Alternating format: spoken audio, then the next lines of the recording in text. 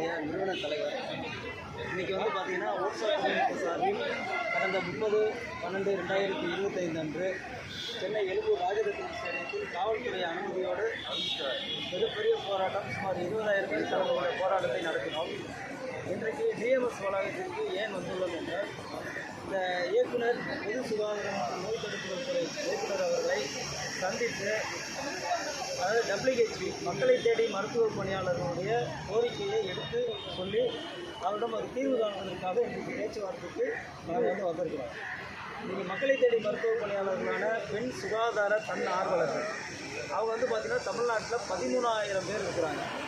ஒரு அரசு மருத்துவமனை முதல் ஆரம்ப சுகாதார நிலையம் வரை அனைத்து பணிகளும், அந்த மருத்துவமனையில் நடைபெறக்கூடிய அனைத்து பணிகளையும் பிபி சுகர் லிஸ்டிலிருந்து தொழுநோய், தொற்று நோய் அனைத்தையும் கண்டறிவதிலிருந்து அனைத்து மார்பக புகைப்பிடித்தலை தடுத்தல் என்று சுகாதாரம் தொடர்பான ஒரு ஊராட்சிகளில் உள்ள அத்தனை பணிகளையும் செய்பவர்கள் பெண் சுகாதார தன் ஆர்வலர்கள்.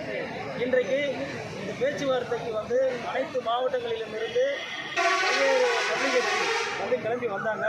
அவர்களை ஆங்காங்கே காவல்துறையினரும் மற்றவர்களும் சேர்ந்து அவங்களை இங்கே வரவிடாமல் தடுத்துருக்காங்க. காரணம், இங்கே டிஎம்எஸ் வளாகத்தில் போராட்டம் நடத்த அனுமதி இல்லாத காரணத்தால் அவர்கள் ஆங்காங்கே அமர வைக்கப்பட்டார்கள். இருப்பினும் அதுக்குரிய காவல்துறை அவர்கள் இன்றைக்கு எங்களுக்கு இயக்குநருடனான பேச்சுவார்த்தைக்கு ஏற்பாடு செய்துள்ளார்கள். அந்த பேச்சுவார்த்தையினுடைய விவரங்களை தெரிந்து கொள்ள தான் இன்றைக்கி எல்லாரும் வெயிட் பண்ணிட்டு இருக்கிறோம். குறிப்பாக மக்களை தேடி மருத்துவ பணியாளர்களான பெண் சுகாதார தன் ஆர்வலர்களுக்கு இன்றைக்கு சம்பள உயர்வு வேண்டும். அவங்க இப்போ 5,500 ரூபா தான் சம்பளம் வாங்குகிறாங்க. அதை 10,000 ரூபாய் சம்பள உயர்வு வேண்டும். அவர்களுக்கு பணி நிரந்தரம் வேண்டும். அதே போல் இந்த வீடு தேடி மருத்துவம் அப்படிங்கிற திட்டத்தில் இவங்களை நியமனம் செய்யப்படும் போது இவங்களுக்கு ஒரு கைட்லைன்ஸை இன்னும் கொடுக்கல. அதை எந்த அரசாணையின் கீழ் இவர்கள் பணிபுரிகிறார்கள் என்பதே இவர்களுக்கு தெரியாதனால இவர்கள் ஒவ்வொரு முறையும் இவர்களது உரிமைகளுக்காக போராடி கொண்டே இருக்கிறார்கள். குறிப்பாக அரசு மருத்துவமனையில் உள்ள மருத்துவர்கள், செவிலியர்கள் மற்றும் அதற்கு மேல் உள்ள அனைவருமே இவர்களை ரொம்ப கீழ்நிலையாக நடத்தி கொண்டிருக்கிறார்கள். அதோடு ஒரு ஓபி சீட்டு போடுறதுலேருந்து இவங்களுக்கு ஒதுக்கப்பட்ட பணி நேரம் 2 மணி நேரம் தான். ஆனால் அந்த 2 மணி நேரம் பணி என்பதை உறுதி செய்யாமல் ஒரு நாள் ஒன்றைக்கு 24 மணி நேரமும் ஒரு களத்திற்கு ஆய்வுக்கு சென்று அதன் பிறகும் அவர்கள் மற்ற பணிகளையும், அதாவது மருத்துவமனையில் உள்ள மற்ற பணிகளையும் செய்து வருகிறார்கள். அதற்காக பேச்சுவார்த்தைக்கு வந்திருக்கிறோம். அதே மாதிரி உங்களுக்கு சீருடைகள் கொடுத்து பல வருடங்கள் ஆயிடுச்சு. இதை பார்த்தீங்கன்னா தெரியும், இந்த சகோதரியுடைய சீருடை எப்படி கிழிஞ்சிருக்குன்னு பாருங்கள். ஏன்னா சீருடைகள் கேட்டு பல வகையிலும் கேட்டிருக்கோம். சீருடைகள் கொடுக்கக்கூட இந்த மக்களை தேடி மருத்துவ பணியாளருக்கு இந்த இயக்குநரகம் எந்த முயற்சியும் எடுக்கவில்லை. கடந்த முறை இயக்குனர் அவர்களை சந்தித்து நாங்கள் கோரிக்கை வைத்த போது இயக்குனர் அவர்கள் சொன்னார், நீங்கள் எல்லாம் டிகிரி படிச்சிருக்கீங்க, வேறு வேலைக்கு செல்லுங்கள் என்று சொன்னார். வேறு வேலைக்கு செல்லுங்கள் என்று சொன்னது இந்த WHP சகோதரிகள் மத்தியிலே மிகுந்த கோபத்தையும் ஆத்திரத்தையும் ஏற்படுத்தியது. தாங்கள் இருக்கக்கூடிய 5.5 ஆண்டுகளுக்காக வேலை பார்க்கக்கூடிய இந்த மக்களை தேடி மருத்துவத்துறையிலிருந்து தனியார் வேலைக்கு செல் என்று ஒரு இயக்குனரே சொன்னால் அப்புறம் மாவட்டங்களில் உள்ள அதிகாரிகள் என்ன செய்வார்கள்? அவர்களும் அப்படித்தான். இவர்களை மதிப்பதே இல்லை. ஆகவே அனைவருக்கும் சீருடைகள் வழங்க வேண்டும். மாத ஊதியம் 10,000 வழங்க வேண்டும். பணி நேரம் 2 மணி நேரம் என்பதை உறுதி செய்ய வேண்டும். இவருடைய ஊதியம் ஒவ்வொரு மாதமும் 20ஆம் தேதி தான் இவர்களுடைய கணக்கில் வரவு வைக்கப்படுகிறது. அந்த ஊதியத்தை ஒவ்வொரு மாதமும் 5ஆம் தேதிக்குள் வரவு வைக்கப்பட வேண்டும். அதுவும் அவரவர் வங்கிக் கணக்கில் வரவு வைக்கப்பட வேண்டும். சீருடைகள் வழங்க வேண்டும். பணி நிரந்தரம் செய்ய வேண்டும். பேறுகால மற்றும் மருத்துவ விடுப்புக்கு செவிலியர்களுக்கு எப்படி விடுப்புடன் கூடிய ஊதியம் வழங்கப்படுகிறதோ அதே போல் மக்களை தேடி மருத்துவ பணியாளர்களுக்கும் பேறுகால விடுப்பு வழங்கப்பட வேண்டும். டிபி நோய் கொண்டறிந்து வீட்டில் உள்ள நபர்களுக்கு மருந்து கொடுப்பதற்கான ஊக்கத்தொகை இன்னும் வரவில்லை. அந்த ஊக்கத்தொகையை உடனே விடுவிக்க வேண்டும். தொழுநோய் கண்டறிந்து அதை பாசிட்டிவ் உறுதி செய்யும் பணியில் ஈடுபடும் போது ஏற்பட்ட அந்த ஊக்கத்தொகையையும் இன்னும் வழங்கப்படவில்லை. அதே போல் கொரோனா ஊக்கத்தொகை, கொரோனா காலத்திலே உயிரை பணயம் வைத்து இவங்க வேலை பார்த்தாங்க. அந்த கொரோனா ஊக்கத்தொகை இதுவரை வழங்கப்படவில்லை. அதே போல் தினசரி அறிக்கையை இவங்க வேலை முடிஞ்சு வீட்டில் ஆன்லைனில் உங்கள் லேப்டாப்பில் பதிவு பண்ணுறாங்க. அது பதிவு பண்ணுறதுக்கு ஆளுக்கு ஒரு மடிக்கணினி அல்லது ஒரு டேப்பாவது வழங்க வேண்டும். மேலும் அதற்கான மொபைல் ரீசார்ஜ் தொகையையும் தனியாக இந்த இயக்குநரகம் விடுவிக்க வேண்டும். ஞாயிறு மற்றும் அரசு விடுமுறை நாட்களில் இவர்களுக்கும் விடுப்பு வழங்க வேண்டும். விடுமுறை தினத்திலும் இவர்கள் பணியாற்றி கொண்டிருக்கிறார்கள். இவர்கள் செய்யும் பணி கணக்கிலடங்காத பணி. ஆனால் இவர்களுக்கு வழங்கப்படும் ஊதியம் வெறும் 5500. அந்த 5500 ஊதியமும் ஸ்கோர் கார்டு முறை என்ற முறைப்படி இவருடைய பணியை கணக்கிட்டு அந்த ஊதியத்தை குறைத்து 3000 ரூபாய் தான் வழங்கப்படுகிறது. ஆகவே கடந்த 4.5 ஆண்டுகளாக இவர்கள் போராடி கொண்டிருக்கிறார்கள். மாண்புமிகு தமிழக முதலமைச்சர் அவர்கள் நேற்றைய தினம் சட்டமன்ற கூட்டத்தொடரில் சொன்னது போல, அதாவது அனைத்து வகை பணியாளர்களுடைய கோரிக்கைகளையும் நான் நினைவில் வைத்துள்ளேன், அதை படிப்படியாக நிறைவேற்றுவேன் என்று உறுதியளித்துள்ளார்கள் நேற்று சட்டமன்றத்தில். அது எங்களுக்கு மிகவும் மகிழ்ச்சியாக இருக்கிறது. அவர்கள் இந்த WHP பணியாளர்களை மாண்புமிகு தமிழக முதலமைச்சர் அவர்களும் மாண்புமிகு மருத்துவத்துறை அமைச்சர் அவர்களும் கனிவுடன் இவர்களுடைய கோரிக்கையை பரிசீலித்து வரும் சட்டமன்ற கூட்டத்தொடரில் இவர்களுக்கான ஊதிய உயர்வு மற்றும் மற்ற அனைத்து கோரிக்கைகளையும் நிறைவேற்ற வேண்டும் என்று கேட்டுக்கொள்கிறேன். என்னுடைய பேர் அமல்ராஜ், நிறுவன தலைவர் ஒர்க்ஷாப்.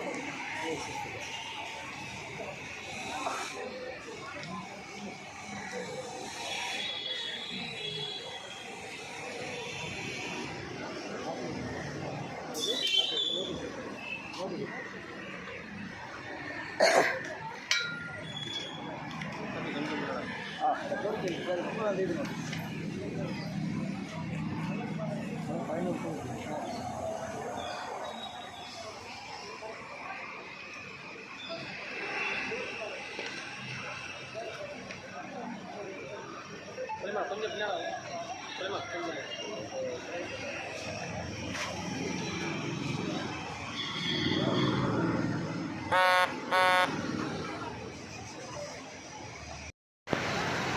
என்னோட பேர் அமல்ராஜ், நான் ஒர்க்ஷாப் கூட்டமைப்பினுடைய நிறுவன தலைவர்.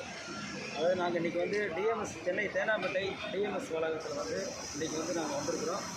எதுக்கு அப்படின்னா, பொது சுகாதாரத்துறையுடைய இயக்குனர், அதை பொது சுகாதாரம் மற்றும் நோய் தடுப்புகள் இயக்குனர் DPH டைரக்டர் அவங்க பார்த்து மனு கொடுக்கறதுக்காக வந்தோம்.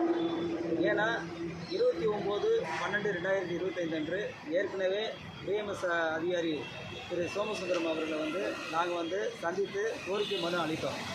அதற்கு பிறகு 30/12/2025 அன்று சென்னை எழும்பூர் ராஜரத்னம் ஸ்டேடியத்திலே சுமார் 20,000 பேரை திரட்டி மிகப்பெரிய போராட்டத்தை நடத்தினோம். அந்த போராட்டத்திற்கு பிறகு டிஎம்எஸ் வளாகத்திலிருந்து எங்களுக்கு பேச்சுவார்த்தைக்கு அழைக்கவில்லை. ஆகவே சென்னை காவல்துறை ஆணையர் அலுவலகத்திடம் சொல்லி அவருடைய அனுமதியின் பேரில் இன்றைக்கி பேச்சுவார்த்தைக்கு எங்களுக்கு ஏற்பாடு செய்துள்ளது. இந்த பேச்சுவார்த்தைக்கு 5 பேர் கொண்ட குழுவை காவல்துறையினர் எங்களுக்கு அமைத்து கொடுத்ததற்கு நாங்கள் நன்றி தெரிவிச்சுக்கிறோம். ஆக்சுவலாக பார்த்திங்கன்னா, மக்களை தேடி மருத்துவ பணியாளர்கள் இவங்க WHP என்று அழைக்கப்படக்கூடிய சுகாதார தன்னார்வலர்கள் தமிழ்நாடு முழுவதும் இந்த மருத்துவத்துறையிலே சுமார் 13,000 பெண்கள் இந்த திட்டத்தில் இருக்கிறாங்க. இந்த பெண்களுக்கு வீடுதோறும் சென்று மருந்து வழங்கும் திட்டத்திற்காக இந்த பணி நியமனம் செய்யப்பட்டது. முதலில் தொற்றா நோய் பிரிவு என்று இருந்த இந்த திட்டத்தை தமிழக அரசானது மக்களை தேடி மருத்துவம் என்று மாற்றி அவங்க ஏற்கனவே 3000 ரூபா சம்பளம் வாங்கிட்டு இருந்தாங்க. 3500 வாங்கிட்டு இருந்தாங்க. அதனோடு சேர்த்து 2000 சேர்த்து 5500 ரூபாய் சம்பளம் தற்போது வழங்கப்பட்டு வருகிறது. இவங்களுக்கான கோரிக்கை என்ன அப்படின்னா, கடந்த 5 ஆண்டுகளாக இவங்களுக்கு சம்பள உயர்வு வழங்கப்படவில்லை. பல முறை இயக்குனர் அவர்களை சந்தித்து பேச்சுவார்த்தை நடத்தியும் இங்கிருந்து கருத்தூர் சென்றதா என்று தெரியவில்லை.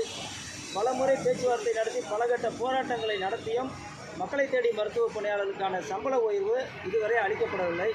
மக்களை தேடி மருத்துவ பணியாளர்களான சுகாதார தன்னார்வலர்கள் 13,000 பேருக்கும் மாத ஊதியம் 10,000 வழங்க வேண்டும் என்ற ஒரு கோரிக்கை வைத்துள்ளோம்.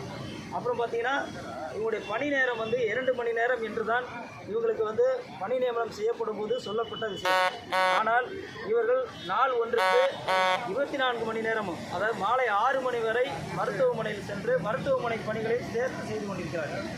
களப்பணிக்கு சென்று வந்த பிறகும் இவர்கள் மருத்துவமனையில் உள்ள பணிகளையும் செய்ய சொல்லி கட்டாயப்படுத்தப்படுகிறார்கள். அங்குள்ள அதிகாரிகளால், அங்குள்ள செவிலியர்கள் மற்றும் மருத்துவர்களால். குறிப்பாக சொல்லப்போனால் OP சீட்டு கூட போடுறாங்க. அந்த அளவுக்கு இவங்களுடைய பணி இவங்களை கொஞ்சம் ரொம்ப கஷ்டப்படுத்துகிறாங்க. இவர்களுக்கான பணி நேரத்தை 2 மணி நேரம் என்பதை உறுதி செய்து அனைத்து மாவட்ட ஆட்சியருக்கும் அது தொடர்பாக இயக்குனர் அலுவலகத்திலிருந்து ஒரு சுற்றறிக்கை அனுப்பப்பட வேண்டும் என்ற ஒரு கோரிக்கை வச்சிருக்கோம். அதே போல் இவருடைய ஊதியம் ஒவ்வொரு மாதமும் 20ஆம் தேதி தான் இவரது கணக்கிற்கு வருகிறது. இவரது ஊதியத்தை மகளிர் திட்டம் மூலம் வழங்கப்படுவதால் இது தாமதமாக வரப்படுகிறது. அதனால் ஒரு ஊதியத்தை ஒவ்வொரு மாதமும் 5ஆம் தேதிக்குள் அவரவர் வங்கிக் கணக்கில் வரவு வைக்கப்பட வேண்டும் என்ற கோரிக்கை வைத்துள்ளோம். அதேபோல் நீண்ட காலம் பணி செய்த இந்த WHE பணியாளர்களை எடுத்த எடுப்பிலே, அதாவது ஒரு மருத்துவருக்கு பிடிக்கவில்லை என்றாலோ ஒரு செவிலியருக்கு பிடிக்கவில்லை என்றாலோ உடனடியாக நீ வேலைக்கு வர நினைத்த நேரத்தில் பணி நீக்கம் செய்து விடுகிறார்கள். அப்படி இல்லாமல் இவர்கள் குறைந்தபட்சம் 10 ஆண்டுகளாவது இவர்கள் பணியில் இருக்கும் அளவிற்கு ஒரு நிரந்தர உத்தரவை வழங்க வேண்டும். அதே போல் சீருடைகள் பார்த்தீங்கன்னா பழைய சீருடைகள் நிறைய பேருக்கு வந்து சீருடைகள் வந்து இங்கே பார்த்தீங்கன்னா கிழிஞ்சு போச்சு. இந்த சீருடைகள் வந்து அவங்களுக்கு வழங்கப்பட வேண்டும். அது 2 செட்டு சீருடை வழங்க வேண்டும். சீருடைகளுடைய வண்ணத்தை மாற்ற வேண்டும் என்ற ஒரு கோரிக்கை அளித்திருக்கிறோம். அதே போல் இவர்கள் அனைவரையும் பணி நிரந்தரம் செய்ய வேண்டும். அப்புறம் பேறுகால மற்றும் மருத்துவ விடுப்பு காலங்களில் பிடித்தமின்றி ஊதியம் வழங்க வேண்டும். அப்புறம் இவர்களது பணியினை கண்காணிக்கும் ஸ்கோர் கார்டு முறையை கைவிட வேண்டும். டிபி நோய் கண்டறிந்தது, அப்புறம் தொழுநோய் கண்டறிந்தது ஆகியவற்றிற்கான இன்சென்டிவ் ஊக்கத்தொகை இதுவரை வழங்கப்படவில்லை. அதற்கான பதிலும் இந்த அரசிடமிருந்து இல்லை. அவர்களுக்கான ஊக்கத்தொகையை வழங்க வேண்டும். அதே போல் அதற்கான மாவட்ட ஆட்சியருடைய சான்றிதழ் வழங்க வேண்டும். கொரோனா காலத்தில் பணி செய்த கொரோனா ஊக்கத்தொகையை வழங்க வேண்டும்.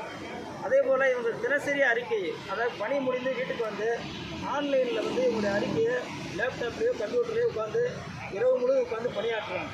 அதற்கான அதாவது டேட்டா சார்ஜஸ் அமௌண்ட் வந்து இவங்களுக்கு தனியாக விடுவிக்கப்பட வேண்டும். இவருக்கு குறைந்தபட்சம் கையில் ஒரு டேப்பாவது வழங்கப்பட வேண்டும். அதே போல் ஞாயிறு மற்றும் அரசு விடுமுறை நாட்களில் WHE பணியாளர்களுக்கும் முறையாக விடுப்பு வழங்க வேண்டும். இந்த கோரிக்கைகளுக்காக எங்களுக்கு எழுத்துப்பூர்வமாக எங்களுக்கு இந்த பேச்சுவார்த்தையில் கொடுக்கப்பட வேண்டும் என்று இயக்குநர்களிடம் கேட்க உள்ளோம். இயக்குநர் அவர்கள் 3 மணிக்கு பேச்சுவார்த்தைக்கு அழைத்துள்ளார்கள். 5 பேர் கொண்ட குழு காவல்துறை அமைத்து கொடுத்திருக்கிறது. அதனால் இந்த பேச்சுவார்த்தை முடிந்த பிறகு பேச்சுவார்த்தை விவரங்களை வெளியிடும். என்னோட பேர் அமல்ராஜ். கூட்டமைப்பு நிறுவனர்.